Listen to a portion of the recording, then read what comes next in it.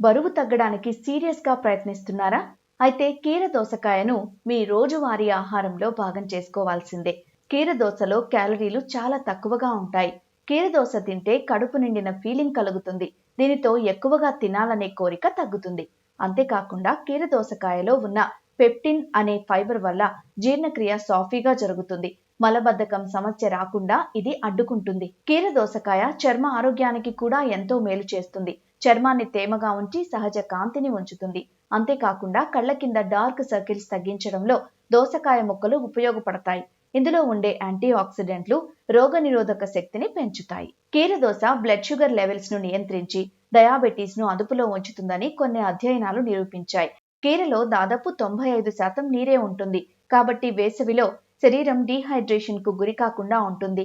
దీనితో పాటు శరీరంలో పేరుకుపోయిన విష పదార్థాలు బయటికి పోవాలంటే ప్రతిరోజు కనీసం 2 కీరదోసకాయలు తినడం మంచిది.